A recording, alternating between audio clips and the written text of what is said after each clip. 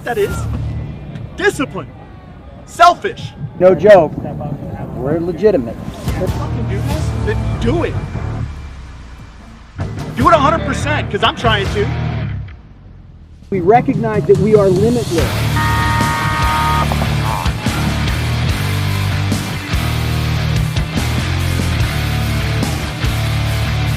You gotta be a champion to become a champion, right?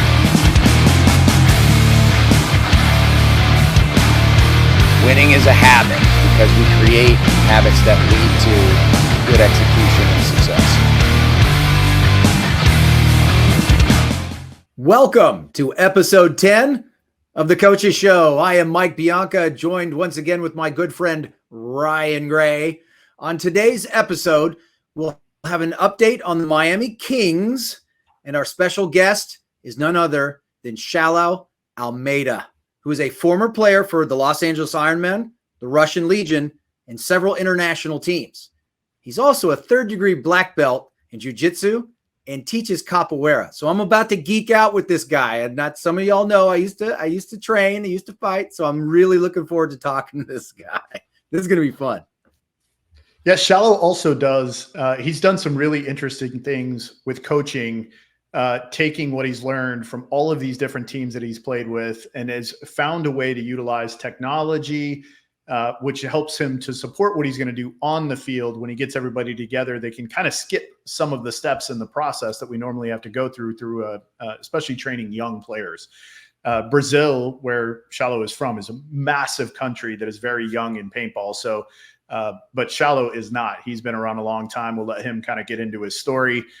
He's got a lot of really good information. The exciting thing for me as a coach, watching kind of what he's been doing, I didn't even realize that I connected with him in Drew this year, and just made me sort of start going to look at his social media, and I saw some of the things that he's doing. And so I started connecting with him more and more. And finally I reached out and I was like, hey, we're going to have you on the show. Like, what you're doing with coaching is it's very unique, right? And he's created a way that I don't think most of us think about to really help the young player understand the basics of what we do before they even show up to the paintball field. So it's really interesting what he's doing. I can't wait to kind of dig into some of that stuff with him. Before we do that, let's really quickly talk about the Miami Kings, formerly ML Kings. So I had an opportunity to talk to Harris Hussein, who's now part of the ownership group with the Miami Kings.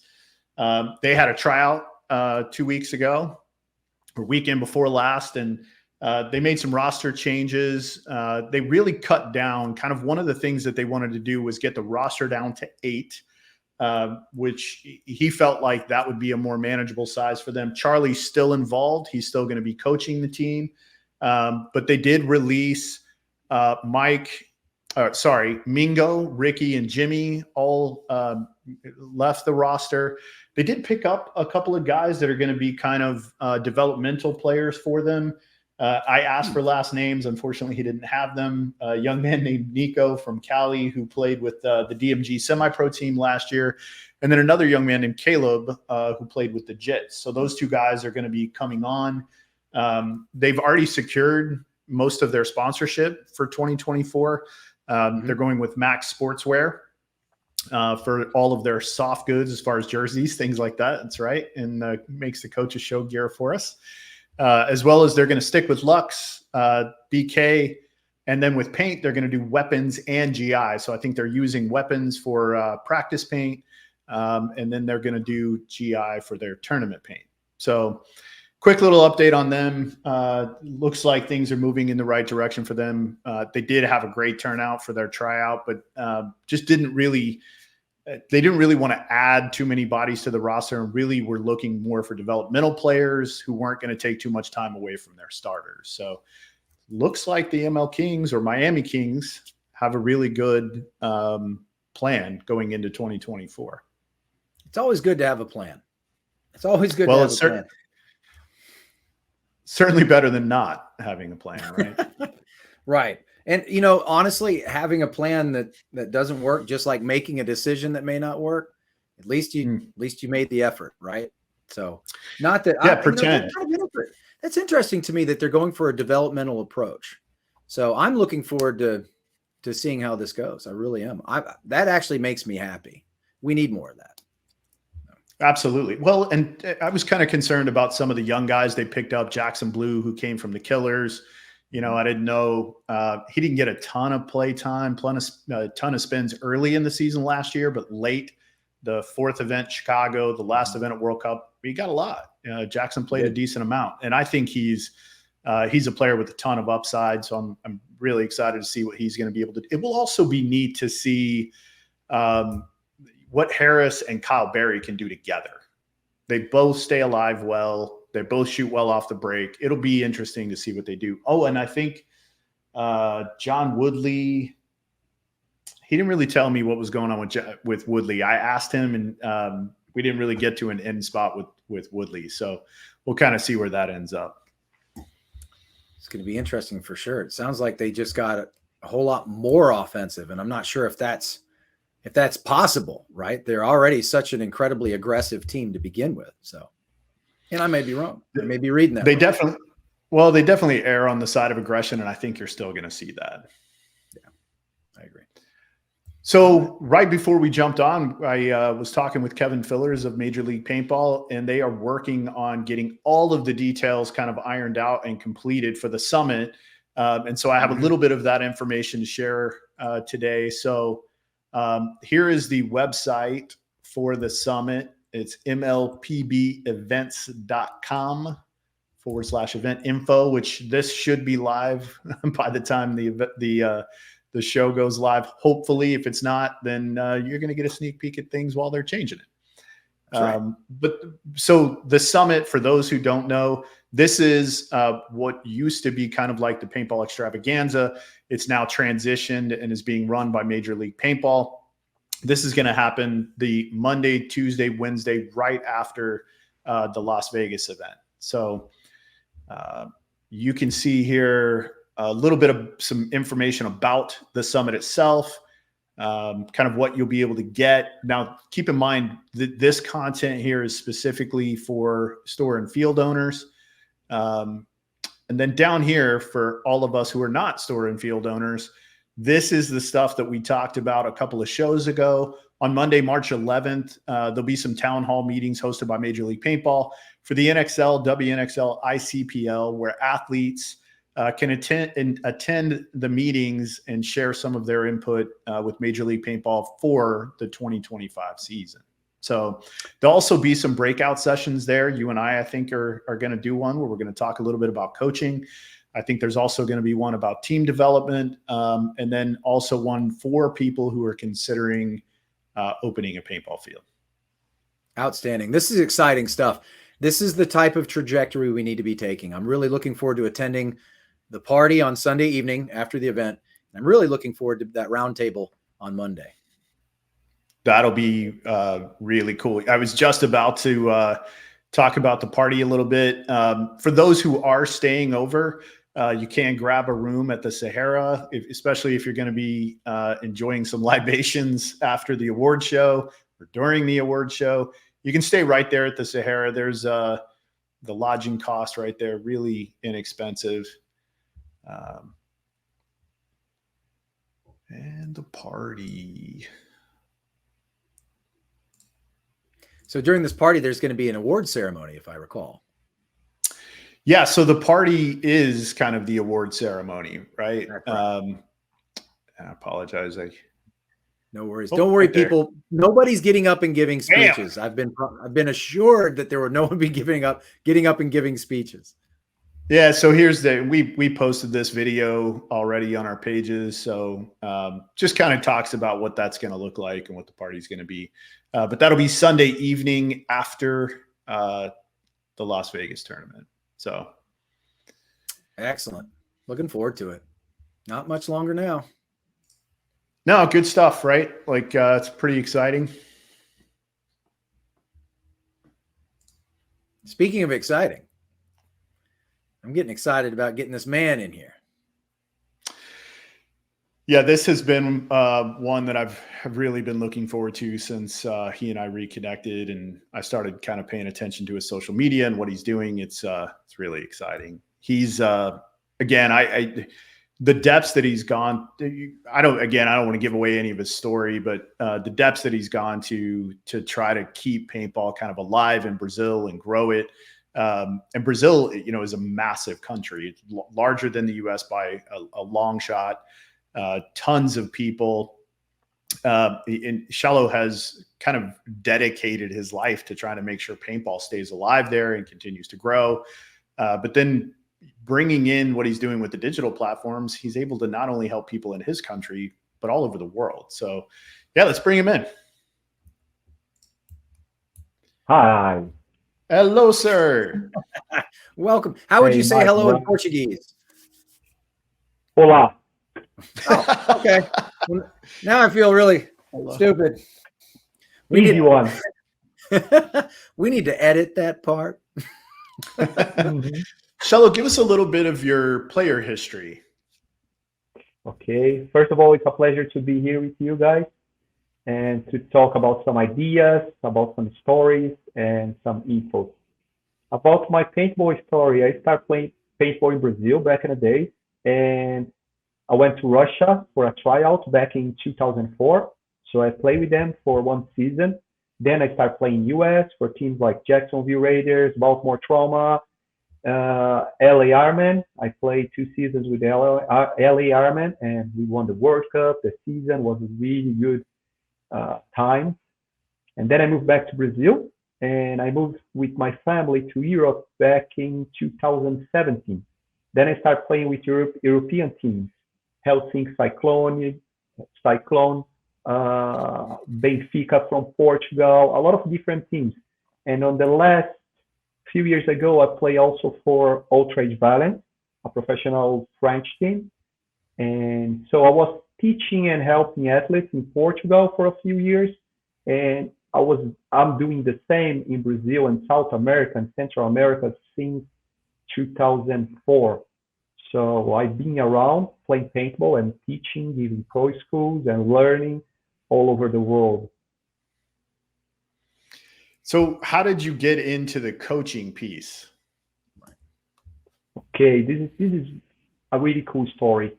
When I went to Moscow, I was really good athlete with jiu-jitsu, capoeira, stuff like that. But talking about paintball, I was a rookie, I played one World Cup before, a few tournaments in Brazil, few years in Brazil. But when I got to Moscow and started training really hard, like 5 to 7 hours a day, doing drills and different kind of trainings, that was so impressive. And I spoke with my friends in Brazil, like, listen, when I go back to Brazil, we need to start training together. I have a lot of things to show and to teach. So every time I went to Brazil, I gave pro schools. I started training young athletes, and I started bringing professional athletes to South America as well. So with that, I started teaching. So every tournament I played in South America back in the days, I was on Friday I was giving pro school, Saturday and Sunday playing the tournament. So these started giving me a lot of knowledge to how to give pro schools. So everything I learned in Europe and in US, I brought it back to Brazil, to South and Central America, and I teach the guys. So how did the coaching aspect transition from what you were doing with the pro schools on Fridays before events into what we kind of have seen it now morphed into, where you're utilizing technology, Zoom and whatever other platform you're using to start the process before you ever get to the field? Did that come about because of COVID, or was that different reasons? Yes, exactly. I was in England when the COVID came, and I was inside my house. I love to train, is what I do my entire life. And I was like, okay, I'm not able to travel to train. How I'm gonna do this? And then a really old master, amazing capoeira master, I saw his interview, and he was like, so now I'm giving capoeira online classes. I'm like, oh my God, it was my dream to train with that guy. But Brazil is such a big country that I was never able to travel 10 hours to his hometown and train with him. So, and he's already like 65 years old. So when I saw that, I called him on the exactly same time. I'm like, coach, master, I need to train with you. So I start training with him online like twice or 3 times a week. And his training it's amazing. It's like unbelievable. He teach you like, let's say like different kind of kicks. He make you to do like 100 different kicks at the same time. So you start working your memory, you start working your brains and your muscles, everything at the same time. And I'm like, you know what? I think I can do the same with paintball. The skills, the solid base I learned in Russia, you know, like training 5 to 7 hours a day, how to walk, how to switch hands, how to do like a properly snap and gunfighting. I'm like, I can bring this to start teaching my friends and my students. So I call a good friend of mine in Brazil, and I'm like, dude, do you want to try this with me? He's like, yes. So I gave to him like at least like 50 different classes, like using different things in every single class. So he doesn't get like, oh, it's boring, you know, like doing the same thing. So I start like putting a lot of different things, like different kind of thoughts into the training. And it was so cool. And then I start like calling another friends and I start like promoting that. And then it got like, I started giving classes to Brazilian guys all over the world. So this was the start. It came with the COVID for sure. And what I learned how to do that with the Capoeira Master. Wow. Yeah. Very interesting. Crazy, right? Yeah. I mean, it's, what a great insight, you know, to see how those two things could kind of marry and take something that you got through your martial arts and realizing I can train with this master that I want to train with, and I don't have to be standing in front of him. And you then transition that into your paintball training. It's very intelligent, very smart. Exactly. And Ryan, what's so interesting, because when I got back to Brazil after the COVID, I trained with him for 3 years, right? When I got to Brazil, I'm like, okay, now I'm going to drive to your house and I'm going to train with you face to face. So I went there, I trained 2 days and I came back. I drove like 10 hours, 2 trainings, and I came back. This is like, I love to do sports. So when the COVID came and I was inside my house, like trying to figure out how to do things, I was like calling to my friends and they're like, oh, we're getting fat. We are not able to train. I'm like, no, stop with it. And with paintball, I travel all over the world. So I have friends in every single like places. So I started like calling my friends and like, you know what? Let's do a push-up competition. And I start like videotaping, talking with the guys and getting like push-ups from Mexico, from South America, from Australia, and it was so cool. And with that, like the videos and the capoeira stuff, I came up with the idea to start like working with paintball online. It's incredible. I saw a video, and I just want to make a comment about this. I saw a video where you were working with a deaf student in paintball. It was the most incredible, fascinating thing I've ever seen. And I said, this is awesome. Ryan was the one who shared it with me. So I follow you on IG now. It was incredible to watch. Incredible to watch. Yes. And I mean, to be honest, I'm learning more with him. I'm pretty sure I'm learning more with him than he's learning with me. Because like when we train now, we are using codes, right? For everything. Like when it's Dorito. When you call it snake. So we have codes to train together. And I'm like, maybe I can start bringing that to paintball and start using it with my friends so I don't need to scream. Because when I scream, the bad guys sometimes they hear that too. So it will be so amazing if I can get that knowledge from my students and start using codes. So let's see next few months how this is gonna end. Let's see it. That's awesome. So I actually have that video right here. And for those people who are watching on our podcast or listening on our podcast, we'll post these to our social medias where you can check this out. So describe to us kind of what's happening here. Mm-hmm. Okay, so now we're training the sweet spotting. So I'm telling him where I want him to shoot. So we go for numbers, like 11 is the back left and 15 is the back right. So now we go for 12, let's say on Ironman back, or on the days Ironman codes, orange, and now apple. So I just show to him the number, and he start like doing the exercises. So this one was now like I want him to shoot the riddle. Mm-hmm. And then on the back left again, it's the number 11. So like with him, I use like 11 to back left, 13 to back center, and 15 to back right. It's awesome. So cool. It's just awesome. I love it. It's awesome, right? It's really cool. And he's also training with me when I go to the field. So he's a really smart guy, and we are using the codes, and it's been really, really cool.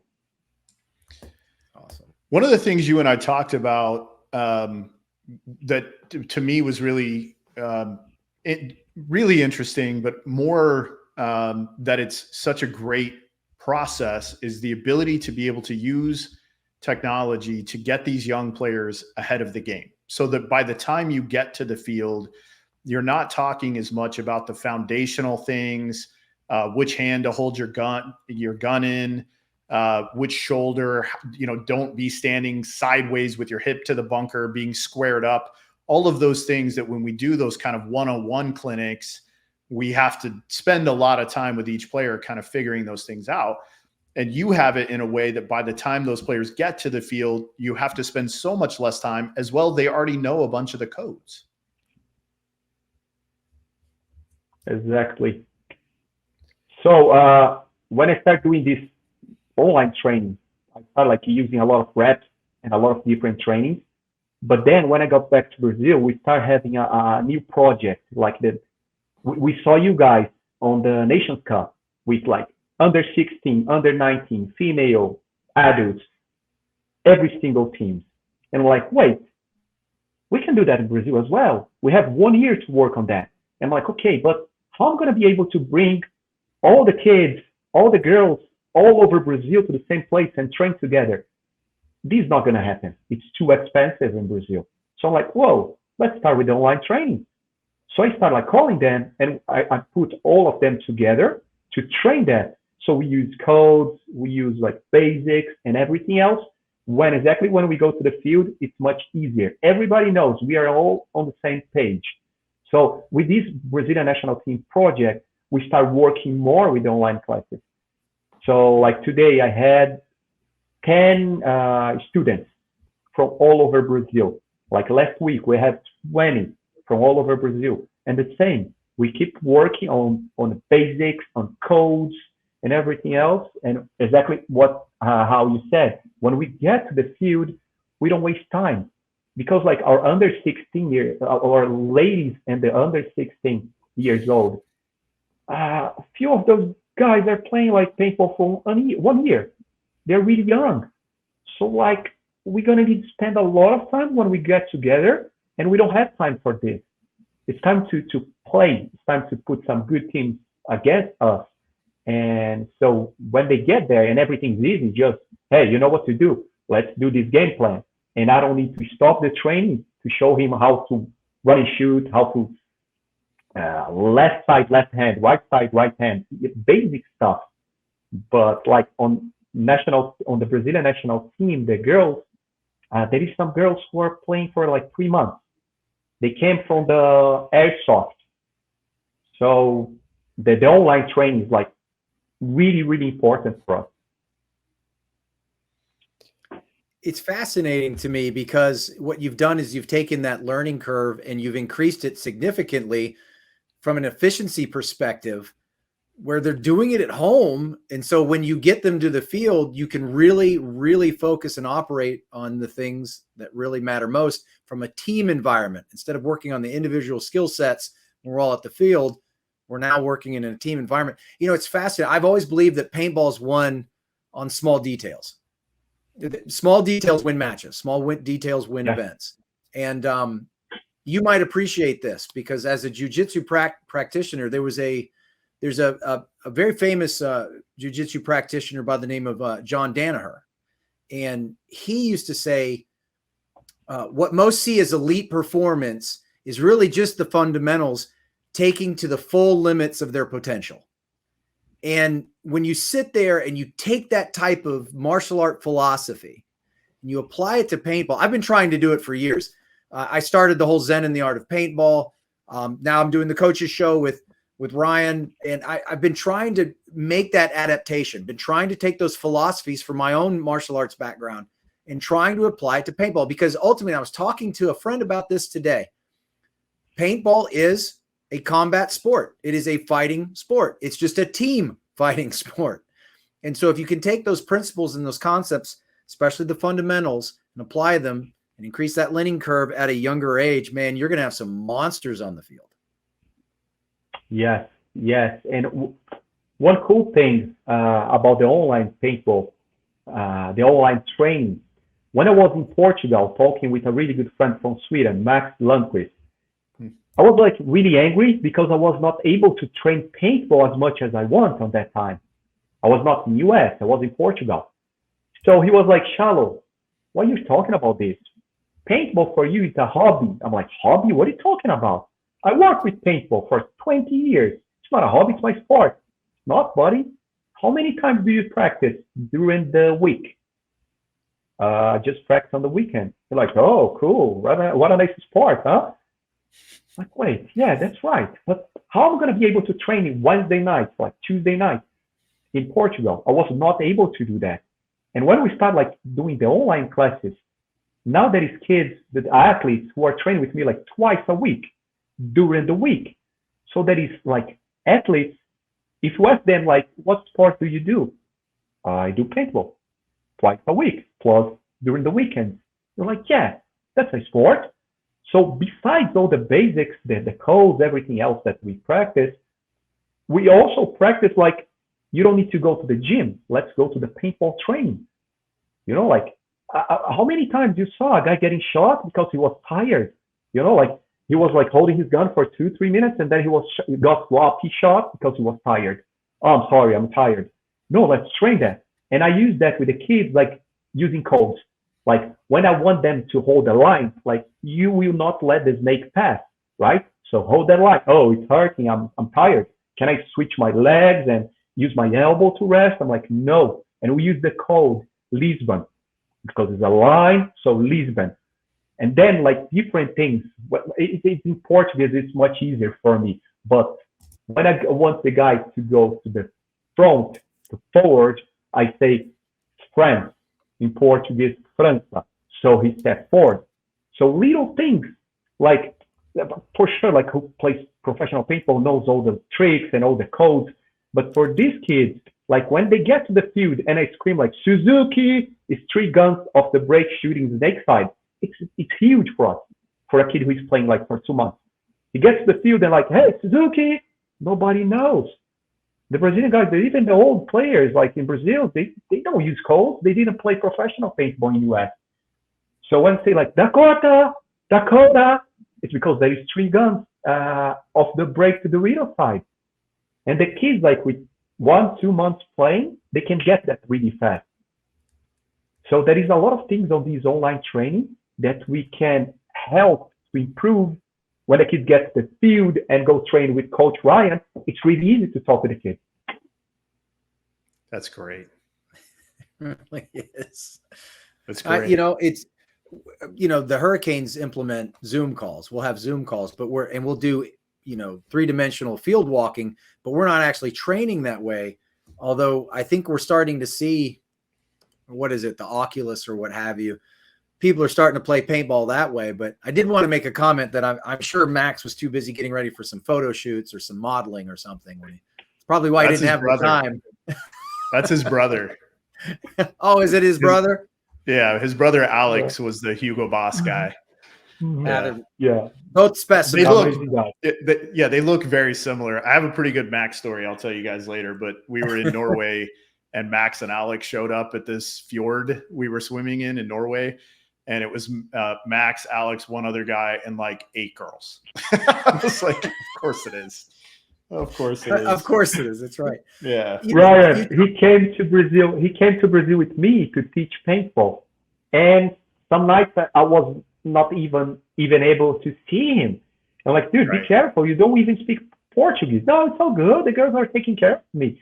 So some nights I'm like, I have no idea where Max is, and he was like, first time in Brazil, you know, with no Portuguese at all. So he's awesome. He flashes that smile and it's over. Right. It's over. Yeah. Right. Great guy.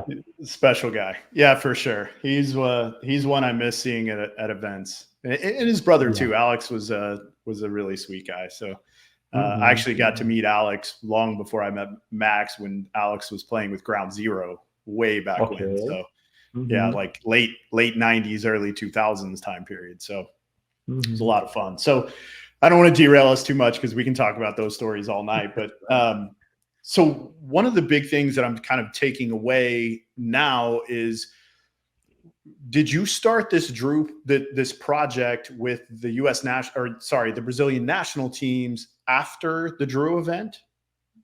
Yes. We had a team to be there. It's the second or third time the Brazilian national team went to the Nations Cup.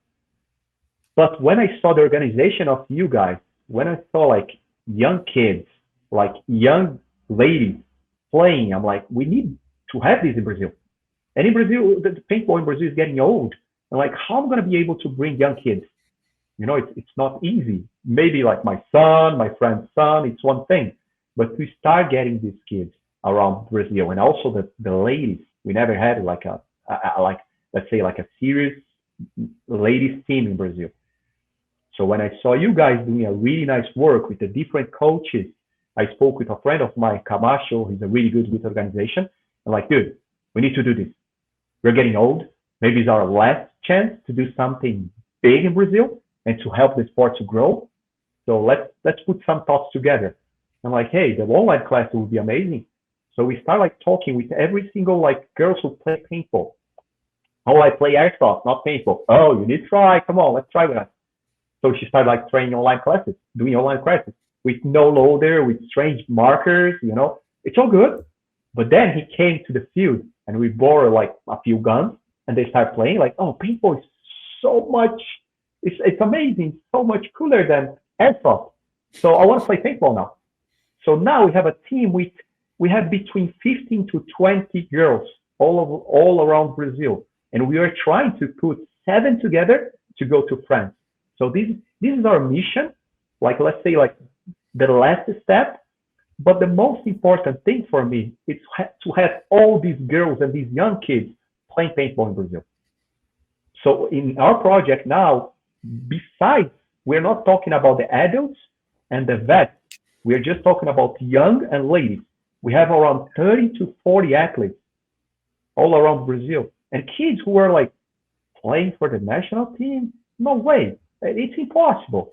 You know, now it's possible. And from far away, from a little city far away, he's using the Brazilian national team jersey. How cool is that on his like little city far away? It's really, really cool. It's amazing. So you're wanting to take, essentially one of the goals is to get an all-female European WNXL team to Europe. Yeah. Oof. And you probably save some of those girls' lives too, right? Getting them off the couch playing Xbox and getting them outside, you know. So that's fantastic. That's something that I wish more people would do, is getting people off the sofa, get them outside, whether it's paintball or not, you know, whether it's bird watching or I don't care. I prefer it to be paintball, but get them outside and do something. I want to transition back because I want to look at this from an evolution perspective, a coaching perspective. You know, you lived in Moscow for a year and trained with the Russians and played with the Russians for a year. I'd imagine that was quite influential because in 2004, I had heard stories about how the Russians trained 6 hours a day. What I want to talk about, or like, what was a normal day like that? What was the emphasis? What did they emphasize training wise at the Russian Legion camp. And what aspects did you take away from that training, and what still holds up today from that training? Yeah, it was amazing time. 5 hours a day, 5 to 6 days a week. But I was the weakest guy there talking about paintball. So I was training 7 hours a day. Was the only way to get better, to get like near to the guys.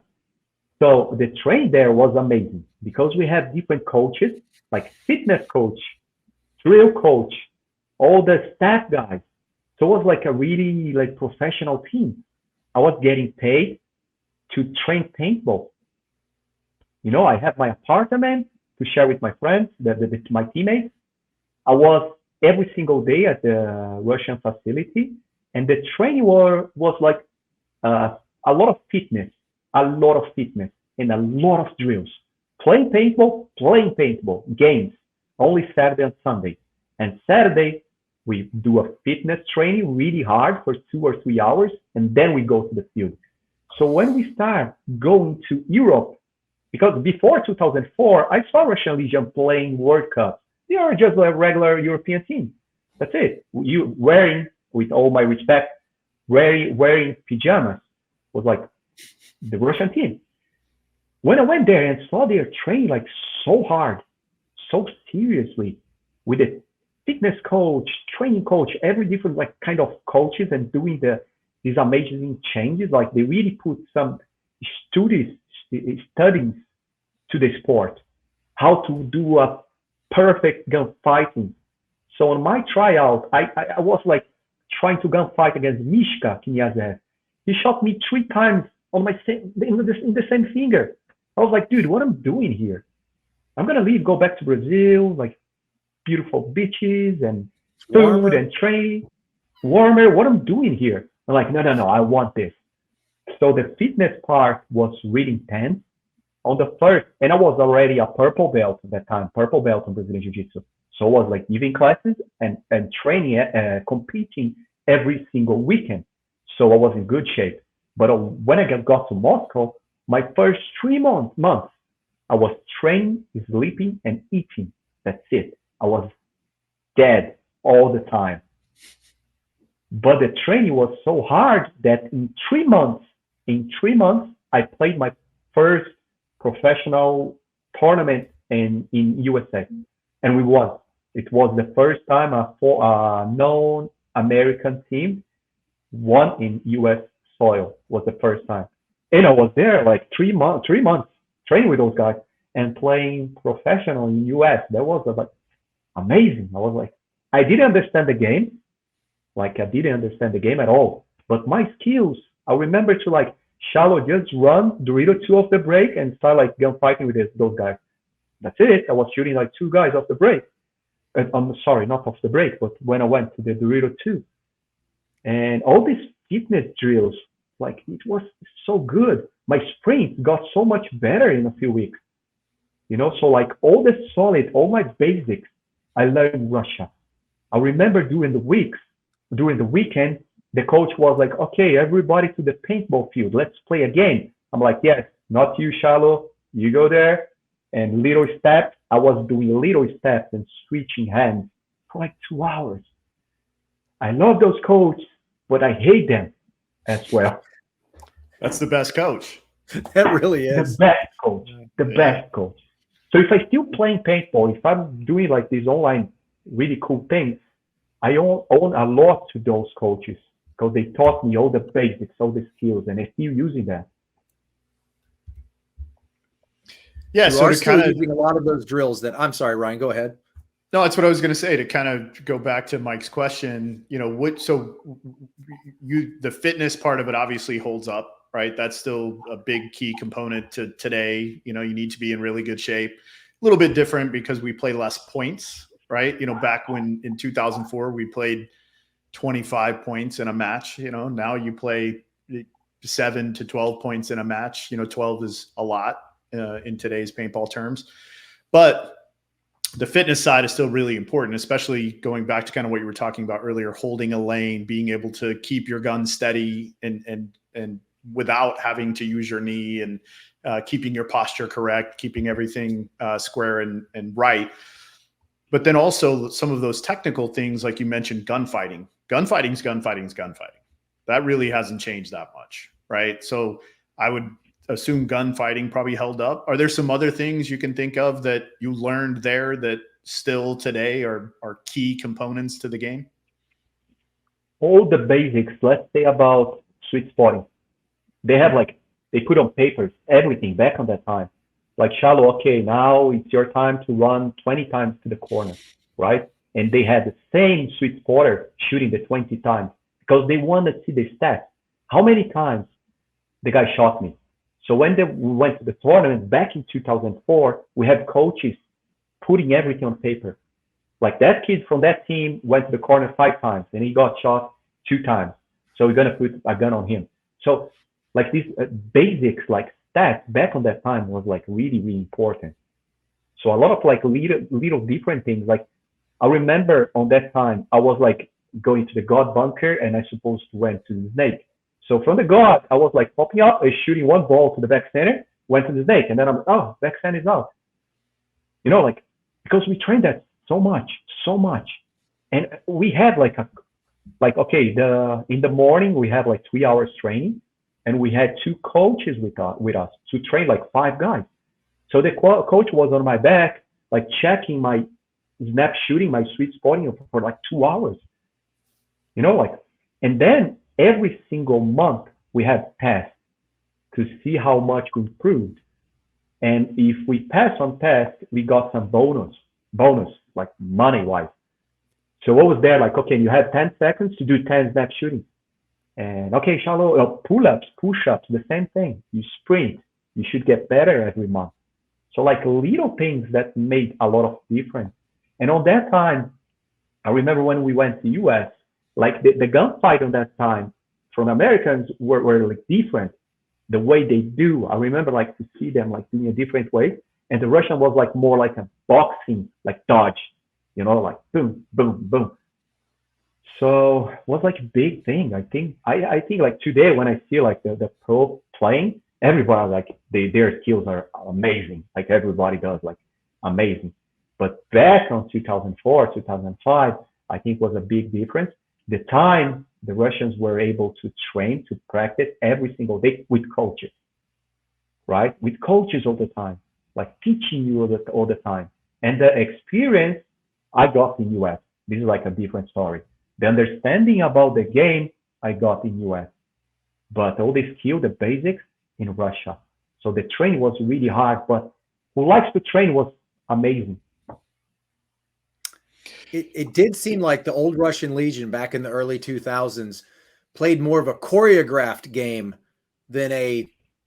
Does that make sense? It seems like, look, statistically speaking, we're going to do A, B, and C, and we should win this point. It always seemed it's like that's the game plan. No one's we're executing it, and that's what's going to happen. Ryan, do you understand what I'm talking about there? It did seem that way to Absolutely. you, didn't it? Yeah. Yes, it was go here for this, 2-3 seconds or maybe 10 shots, and then you're going to go here and for 3 shots, and then you're going to go here. And yes, it was there was not a lot. It was very robotic, right? And I will say it was kind of it was a little comical in the beginning when the Russians first started coming over because they looked like pendulums. When they would come out of the spot, it was this kind of pendulum thing, and the American players were still were bold in the way that they gun fought. They would stay out, and shoot a spot for a really long time, where the Russian guys, other than Frankenstein, who would just sit out and sit on his gun, but the rest of the guys would go to a spot, 2-3 balls, and they're either into the next spot or they go right away and right back out. And they would always come out in a different place, right? Until they got control. And so it was this very pendulum activity. One of the big things that, Xalo, you said that I think is really important to note is I believe that during that run that began in 2004 from the Russians is what really changed American professional paintball players to the point where they knew, in order for us to continue, if we want to get back on top, we've got to start being more disciplined about how we take care of our bodies and how we're, I grew up in a paintball time period where, and even up until 2006, where, you know, guys were drinking beers between games, you know. It was a little weird though, seeing some of the Russian guys, and Frankenstein was one of them, that would light a cigarette in the pit, you know, and hand it to somebody, walk out, shoot off the break, do his thing, come right back in, get the cigarette out of that guy's hand and smoke it again, like there'd be smoke billowing out of the pit. He was a special guy. He was different than the rest of the guys. But I do think that because the Russians were so disciplined physically in how they managed their sport, they treated it like a real sport, really made all of the US pros kind of elevate how they were going to do their recovery, how they started taking it more serious, right? So not obviously it had a huge impact on your life and your play, but it also, they impacted the entire professional league, right? Everybody had to stand up and kind of take notice of what they were doing and start to follow some of those pathways. And the more Americans that went over there and trained with them and brought some of that information back, it helped. Right. It helped to elevate those teams that those guys went back to have a better understanding of the mechanics of paintball. I totally agree with you from the intuitive gameplay stuff. The US teams have always been a little bit ahead of that, just simply because, you know, I don't want to say that it's taken more serious here, but there's a lot more paintball that's played here than in most countries. A lot more. So I do think that they're in more experience. They're more experienced because they're in more scenarios. Ryan, what I see now these days is back in 2004 when I went to US to play paintball and I play in different fields. It's easy to find US like a good athlete, like a young guy. Like you go to the fields, watch like random athletes playing, and you're like, oh, this kid has he's amazing. He has so much talent. And in Russia, it's like Brazil. In Brazil, if you go to find some soccer kids playing soccer, you're going to find a lot of amazing athletes. Right. Yeah. But on paintball, it's the same in Russia. It was so hard. So I believe that the staffs, they went to the how is it in English? Like Olympics athletes, like who does sprints, stuff like that. So they went to those places to find talent. So they got really like fast guys, athletic guys, and like, come here, this is my sport. Do you want to work with this? I'm almost sure they did that in Russia. So I think this is a big difference between US and a different countries like Russia, Brazil, because it's really hard to find talent. And talking about the coaching side and how they were like robotics, I remember one.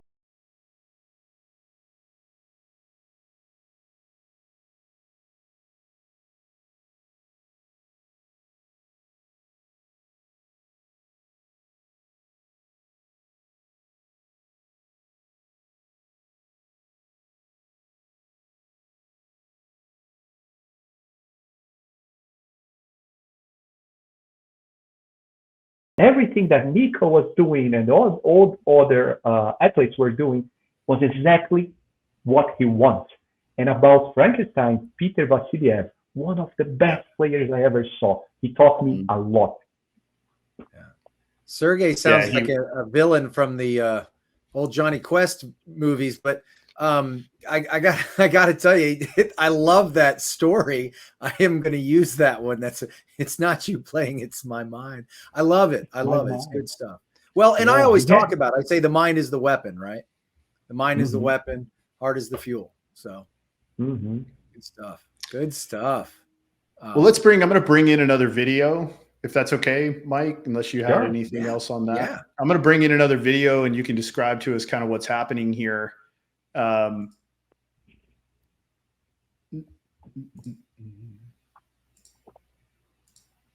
While he's doing that, you might appreciate this, Xalo. I have this phrase that Ryan makes fun of me for a lot, right? I say we don't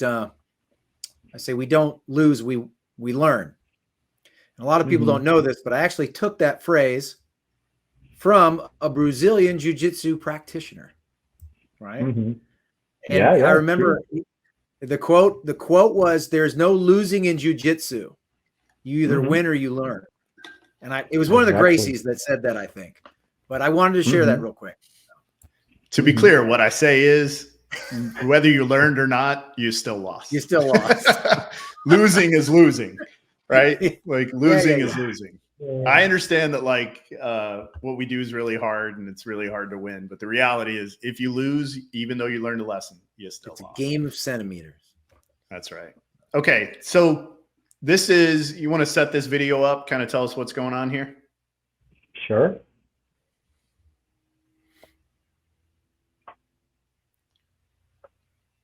I'm not seeing yet. Okay. Okay, so this is what I told you guys. Like we're working on switching hands and trying to hold. When I say the code, Lisbon, I want them to hold the line. So like they're switching one hand to another. So I said like Lisbon, and I want them to hold. So now we are working at different like things in here, but I don't know Burning how to their say core. that. Yeah. Yeah, They're using their exactly. core. And, yes. So now they are like resting, and their rest is to switch hands, right? And then I said, Lisbon, I want them to hold the gun, hold the lane. So sometimes I do that for like 30 seconds, 20 seconds. And then again, the rest is switching hands. So this is something I learned also in Russia. Like when we went to the games, the tournament was the easy part.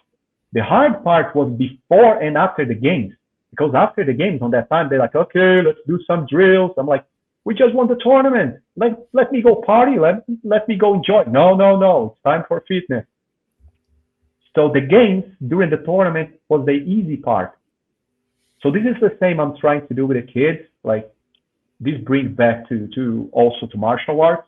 I want to build on them like a really strong mind. So the training is really hard and the battle, it's much easier. Great. That is. I like this calisthenic type approach to gun handling, right? Because you're getting a physical workout while learning a basic fundamental. I love mixing drills to where you can get more out of it instead of just studying one thing. When you're able to multitask training, that's fantastic. What I love here is that you can see that this is like multiple different skill levels. So like this player is doing it pretty close to perfect. These are pretty close. This is not, right? But, I don't even see a gun there, So you can see there's multiple different skill levels here. And I love that you're able to do all of this on one platform. Have you thought about separating them some? This is a few of the national teams from the under 16 and the ladies. So you see this lady with the gray shirt. She came from Airsoft. So I think she went inside the paintball field like maybe 3-4 times. If you go to the other side, the other lady in here, she's from Capoeira. She's a Capoeira instructor. And I think she went to the field with us for maybe twice, right? The kid with the blue shirt, he's like 11 years old. And the other 3 guys, they are like 16, 15, and 12 years old. So this is like really basics, and they are playing like tournament paintball for just like a small time.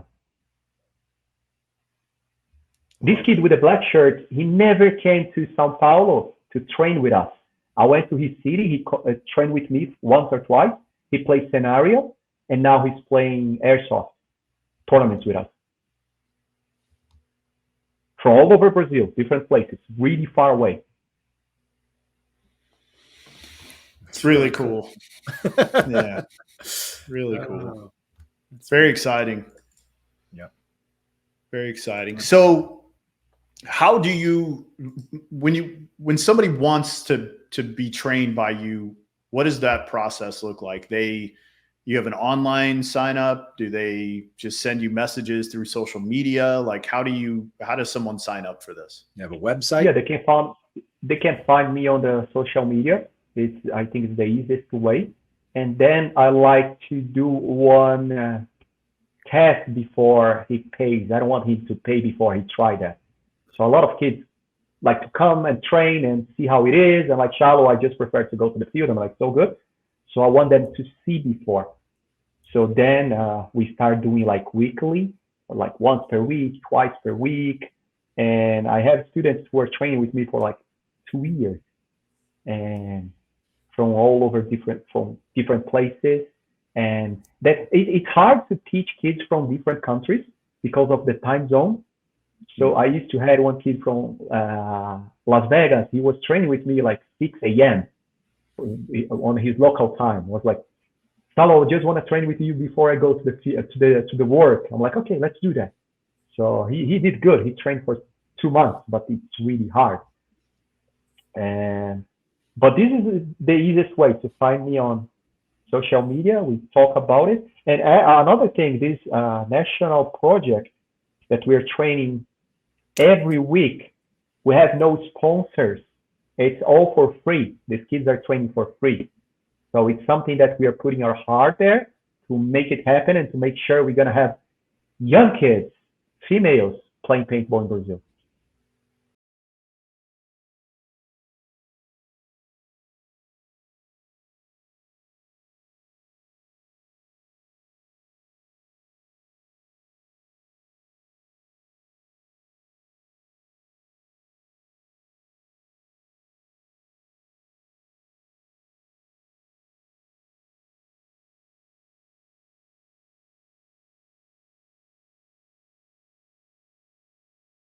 Or are you just a mouthpiece who's putting hashtag grow paintball and stuff? Exactly. And you make it happen.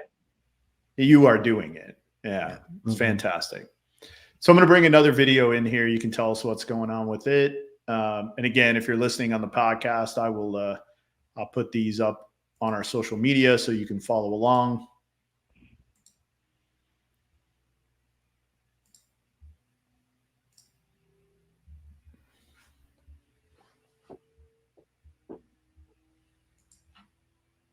Another big group. Yeah, and it's cool to see, like, you can see, like, athletes training in their kitchen, in their TV room, different places. It looks like you're doing some more snap shooting drills. Yes. But you've added footwork. You've added a step slide. Oh, yes, I put some capoeira style there.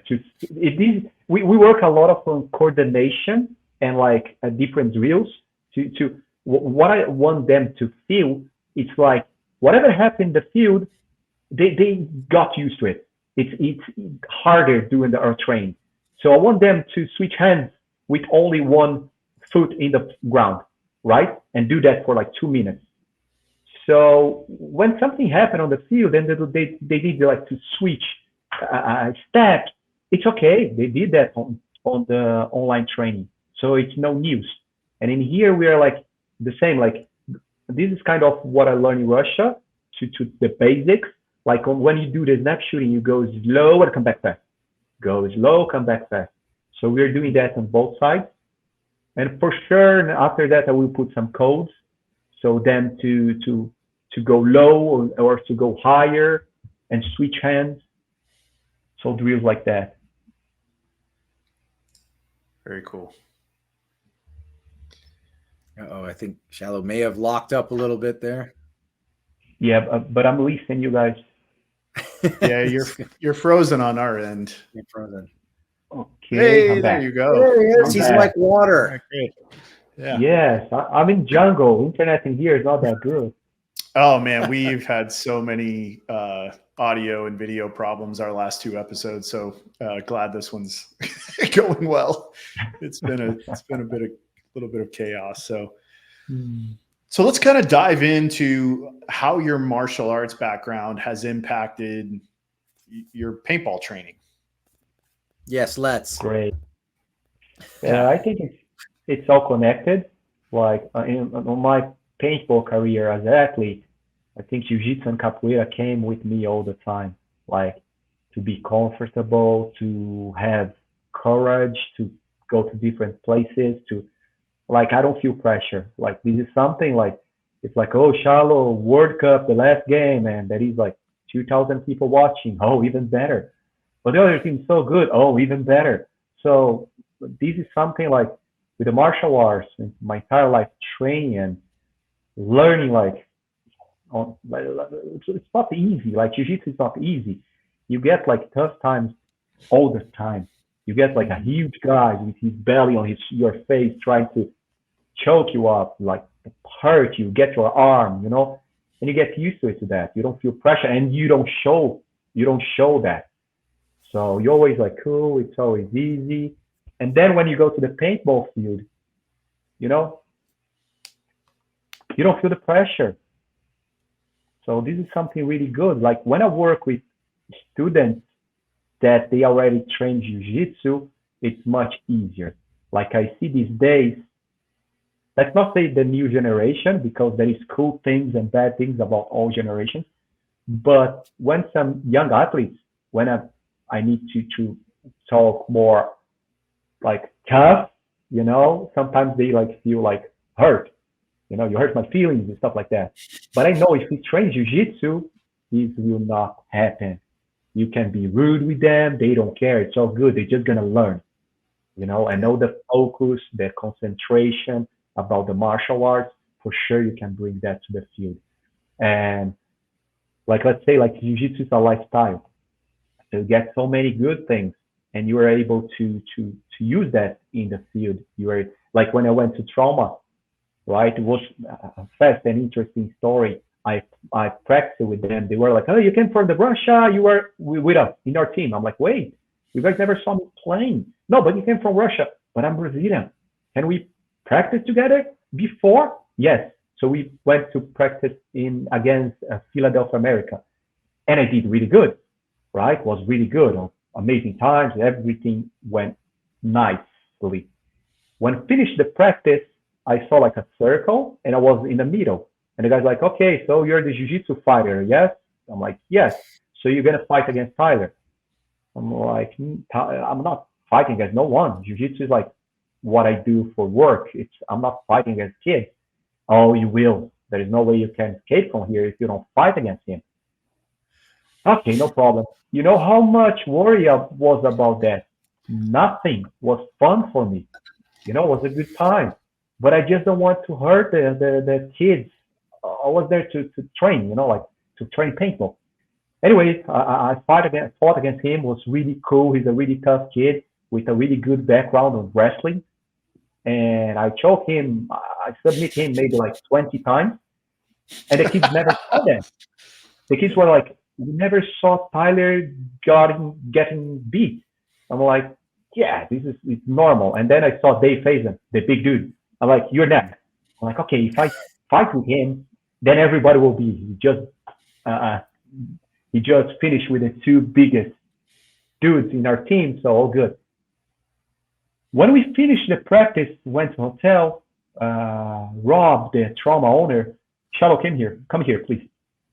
So I brought you to the team because you are a fighter. You are a Brazilian Jiu-Jitsu fighter, and I want you to help me to raise these kids, to control the kids, not to be dummy and hurt my most important athlete before the tournament. And I was like, dude, what did I do? Yeah. You're going to send me back to Brazil?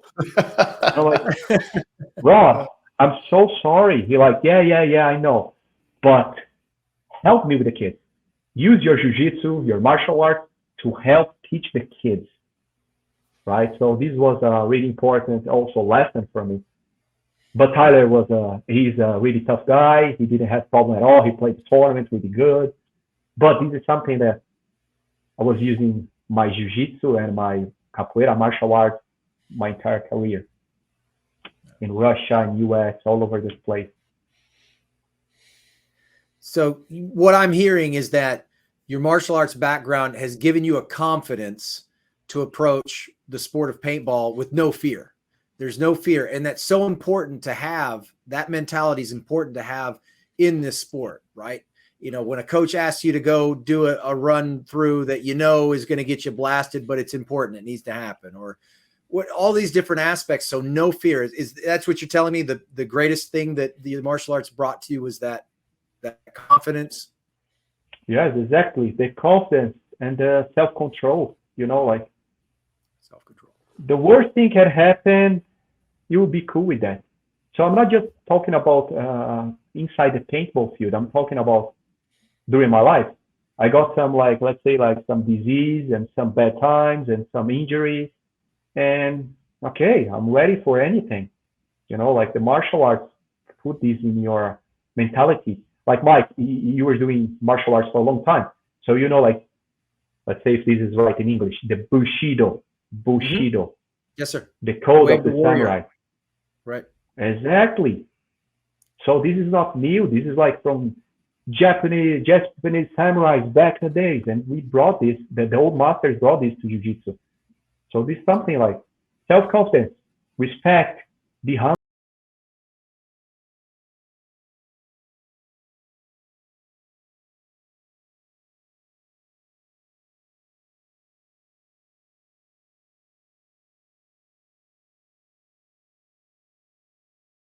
Madness. People like screaming, pointing fingers, like you did this, you did that. Hey, breathe. It's all good. We're gonna fix that. Right. So like I it's love all it. about like martial arts. Yeah. It's And one of also, those things. Oh, I'm sorry. Go ahead.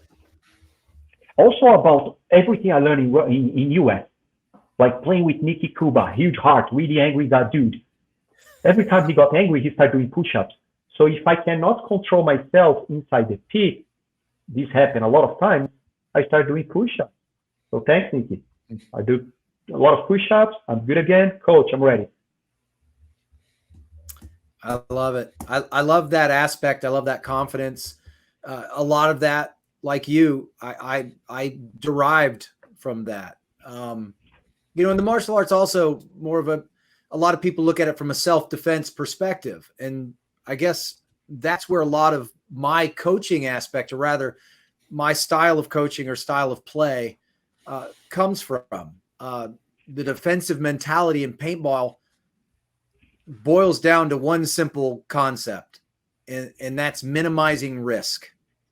Yeah. So I quote Bruce Lee a lot. He's a fan. You and I talked prior to this thing. I really try to apply his philosophy, and a lot of people don't know this about Jeet Kune Do. That was the martial art that Bruce Lee created. It translates as the way of intercepting fist. But the basic principle is, in order for you to hurt me, you must move to me, which offers me an opportunity to meet you or intercept you. So in paintball, if we minimize our risk and our opponent risks just a bit, we're offered the opportunity to intercept them. And if we are successful, well, in paintball, that translates as maybe a body advantage or a position advantage. And once we do, now we offensively counter. Mm-hmm. So, it's the whole thing. Everyone talks about his famous thing about be water, but what he really said was be like water making its way through cracks, right? We're looking for the openings. We're creating opportunities. You can be assertive, but adjust to the object. Find your way around through it. If nothing within you stays, what did he say? If nothing within you stays rigid, outward things will disclose themselves, right? Mm-hmm. So if my opponent expands, right, I contract. If he contracts, I expand. So that's how I've always looked at paintball. I took my martial arts training and tried to apply it to paintball from a team perspective. Not the easiest thing to do. I like your perspective better, but that's what the martial arts for me has brought to paintball. I don't know if that made sense. Did that make sense, Ryan? Yeah. Yeah. Okay. Yeah. Sure. I have let's switch sides. I have a question for you guys. You guys have been working as a coach for a long time. How many times you guys saw an athlete working with you he was like really good, but not amazing because his mentality? And if his mentality was strong and confidence, let's say like the combo, strong mentality, confidence, humble, and ready to listen to you. How many times you saw athletes like that, and they were like good athletes, but not amazing? Many times. Yeah. I was looking for Many the times. adjective. Yeah, many times. Like there's a lot of them even in the pro division today that could elevate, to a completely different level if they didn't think they were where they needed to be right now, if that makes sense. Like they were, I see it multiple different ways on multiple different levels, but I see more now players get comfortable in a space. I'm just as good as I need to be. Mm-hmm. I'm the best player on my team, right? Instead of I'm the best player I can be, right? So I see players who sometimes start out coachable, they start out humble, they start out the right way. And as they begin to elevate and things start to go well for them and they start to find success because of that hard work and effort and coachability and all of those things we know, that it takes to be a great athlete. But then they hit a point where they get comfortable and things are just good enough. And that's like, I almost would rather have the kid right in the beginning be uncoachable so you don't have to waste all your time getting them to where they're just good enough, because that is heartbreaking. It's heartbreaking as a coach when you see that. It's like, man, you're at a 6 right now. You could be a 9.5, but you're comfortable being a 6 and you're complacent about it, right? They get to a space where everything's pretty good and they're okay with it. And then they don't ever get to become a champion. They don't ever get to the space where they get to really reap the benefits of the work. That's such a good point, Ryan. That is an excellent point. There has to be that balance with these players. For every match that's lost by overconfidence, there are way more that were lost because of no confidence, right? Or timidness, right? I guess is what I'm apathy. Saying. Yes, apathy. That's the word I'm looking for. Apathy, right? Where it's for sure. And it's a great question, but I see it a lot, and it's unfortunate. It's unfortunate, especially when you see great athletes that come into paintball and they're already physically so far ahead of everybody else because they can get away with a lot because they're so athletic. They're fast. They can get to certain spots. And then you watch a guy who does all the work to get to a space, and then you watch him come out to take his first shot and he misses the guy by 6 inches. And you're like, oh my, all right. Like you're physically really talented and very blessed, but you're not doing the work. You're not doing the work, right? Otherwise, you would have hit that shot. I have one really important advice from the jungle from those guys. Go train jiu-jitsu. Go train jiu-jitsu. And you know why? I'm a black belt. I got my black belt like 15 years ago. So I'm the man. When I go to the gym with my black belt, a lot of kids beat me up. Like blue belt kids, like purple belt kids. And what I'm going to do? I'm just like, okay, time to think about it. Let's learn with this. The next time I'm going to be better. And maybe next time the kid's going to beat me again. But I'm learning. I'm getting better. How many times we saw, like during the practice, I'm not going to go fight against this guy. He's much better than I. It's practice. I need to get better. I want to play against the best guy possible. Coach, when I was with Trauma, I was with Ironmen. I saw on the other side a dude. His name was Chris Lasoya. And I'm like, hey, coach, can you do me a favor? Can you put me on spot that guy going to shoot at me? Why? Because I want to learn with him. I want to see what he's doing. Oh, you're going to get shot. It's so good. He shot me maybe like 10 times he shot me. Oh, the coach going to seat you. You're not going to play anymore because they're getting shot all the time. It's so good because I'm learning. I want to see what this guy's doing. Like when I saw you in France, coach, I was there like, I want to play professional. Yes, but the most important thing for me is to learn with the professionals what they're doing now so I can bring that back to Brazil. So maybe I'm going to get beat. I'm going to get shot. I hate losing. I'm going to cry in my hotel room. I hate losing. But I need to learn and I need to play against better guys. It's the same with jiu-jitsu.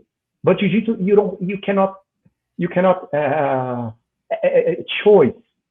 It's like practice, paintball practice. Hey, coach, I want to play the back corner. Hey, coach, I want to be on the back center. On jiu-jitsu, the guy just look at you and like, come on, buddy, me and you. You're like, yeah, let's go. So you're gonna learn. So this is what Mike said, like, or you win or you learn. Because in jiu-jitsu, you're all the time getting beat, you know, because there is so many different guys. So you keep your humble level on the right spot.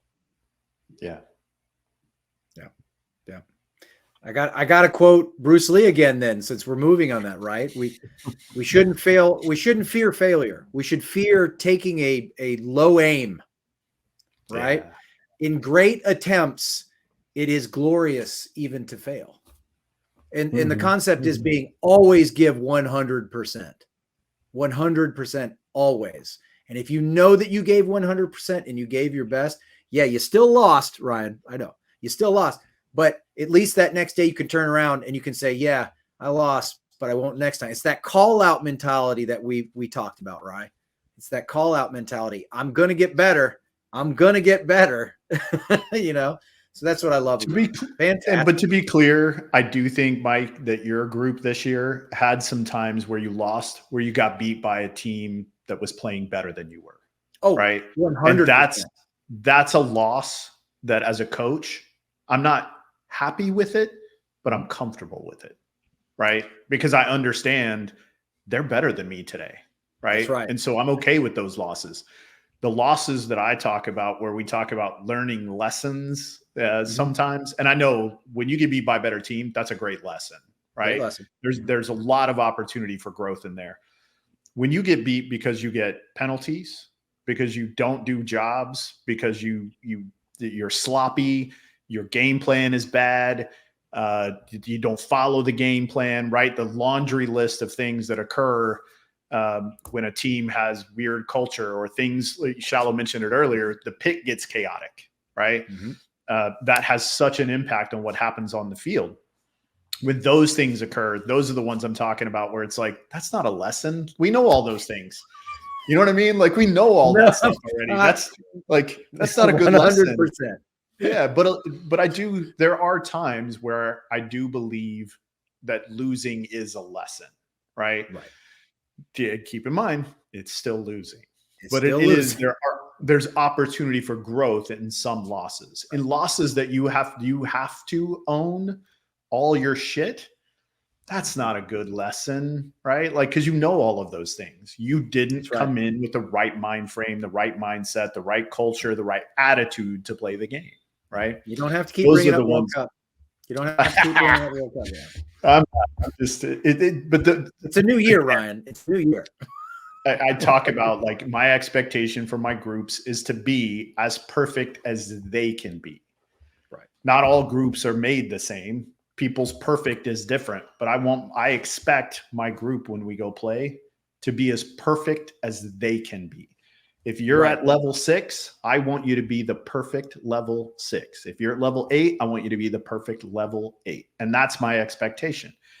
Right. If we don't, then I yell a little and I get frustrated and those kind of things. But I do think that there's always opportunities for lessons. It's just, which lesson do you want to learn? You want to learn the lesson that you Yeah. Do you want to learn the lesson that you've already learned 10 times? Because you're not learning anymore. You've made a decision that we're going to continue to make the same mistakes. So great differential there. I greatly appreciate that. You're spot on. It's like the guys when I ask them, like, how are we feeling? I'm about 70%, coach. Okay, give me 100% of that 70%. That's what I want. So good stuff, man. Good stuff. Hey guys, sorry, but I have another question for you guys. Can I go ahead? Sure. Of course. This is something that I have problems my entire life as an athlete and even more as a coach. On jiu-jitsu, it's easy to work with big egos. It's easy. It's my dog. Sorry, we can't hear you. I think you said it's easy to beat egos. Just 1 second. Let me close the door really fast. 1 second. Yeah. Where do you think he's going with it, Ryan? Well, we were having a pretty technically sound show. Yeah, we were. Okay, so my question is, on Jiu-Jitsu, it's really easy to work with big egos. Why? Because you can submit them, you can hurt them, you can make them tap. So that's it, they learn the lesson. In paintball, it's a little different. Because if the guy has a really big ego, but you go to the field and maybe you shot him once in the face, once in the harness, it's so good. So it's really hard. I think it's really hard to work with big egos on paintball. How do you guys work with those guys? I cut them. They're toxic. I cut them. If they don't fit into my culture, and you've got this giant ego, and you, and you know, now don't get me wrong, there's some guys that are really nice guys that have big egos, but I personally, if my culture is a lot different, if you bring an ego to the game, and I've got 9 guys that don't have the ego. Hey, Xalo, do you mind muting until the dog calms down a little bit? Sorry You for mute? that. Yeah, it's okay. Yeah, me personally, I don't deal with that. I don't deal with ego, and I don't deal, you know, if a guy keeps saying that, you know, he's God's gift and he goes out there and he keeps getting punked, well, you're not you're not what I thought you were. You're not performing the way you should, and you're toxic, and you're going to drag my guys down with your idiocrity. So that's just my thought, but that's my initial thought on how I deal with it. If the guy is just blatant about it, I'll try and have a talk with him, obviously, try and be rational. But most people with mega egos aren't rational. So I want to be around logical, rational animals. So bye. That's just me. Rye?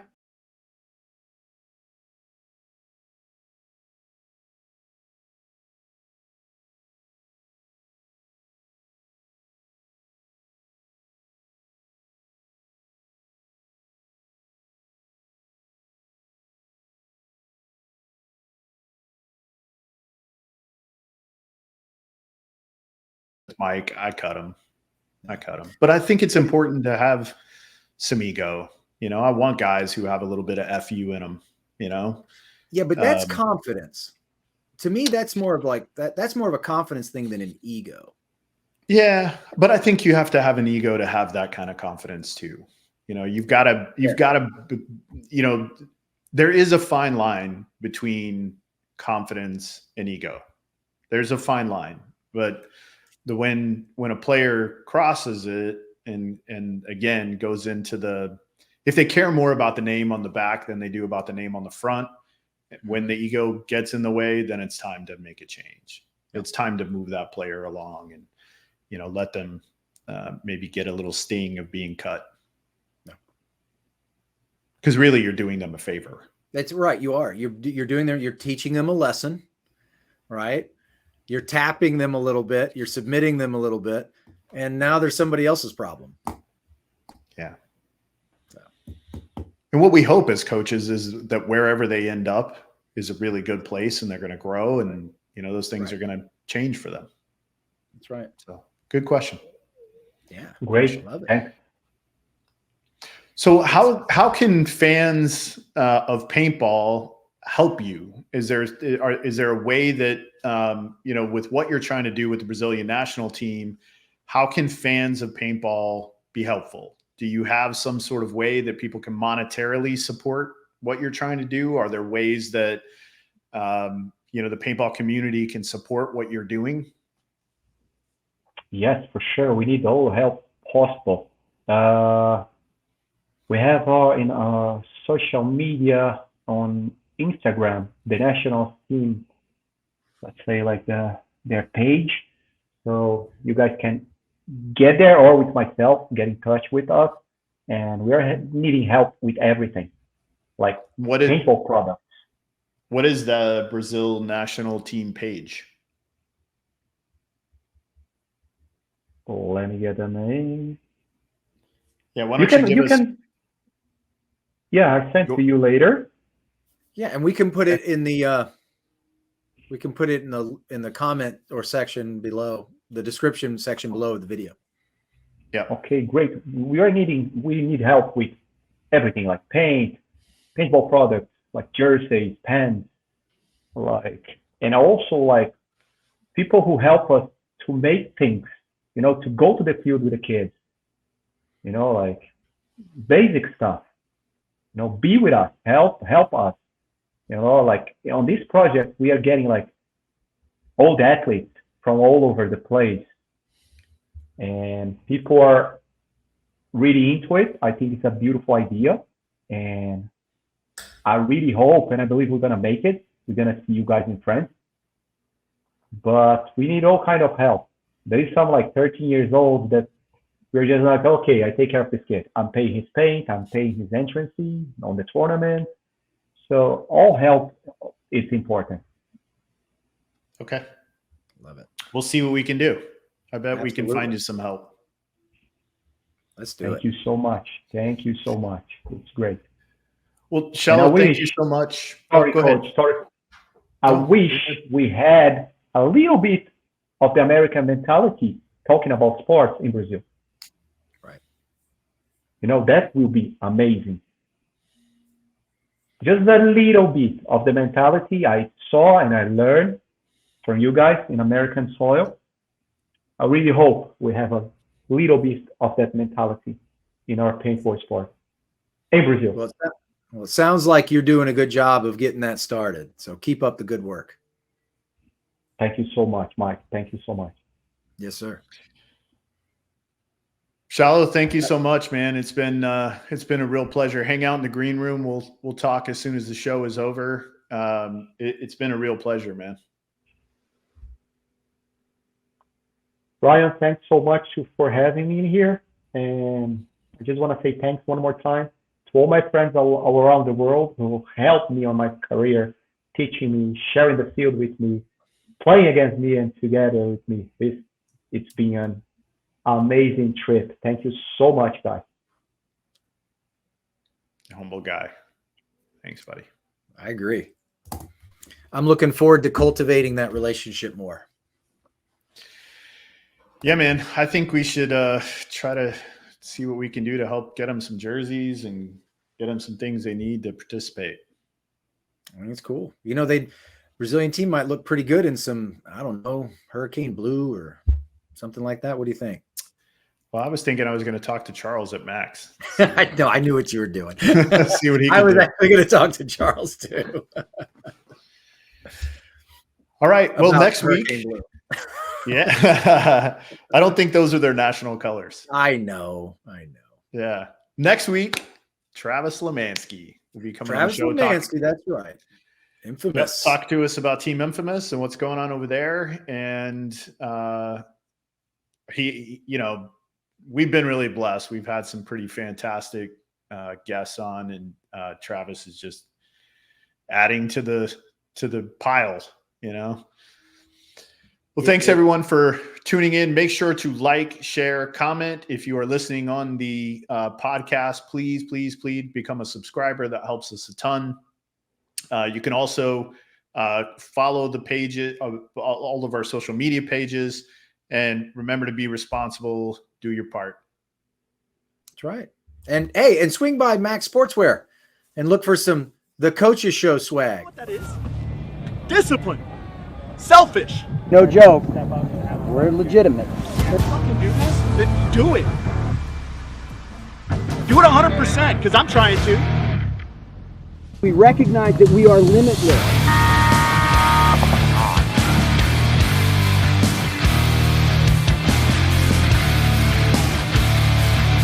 You got to be a champion, become a champion, right?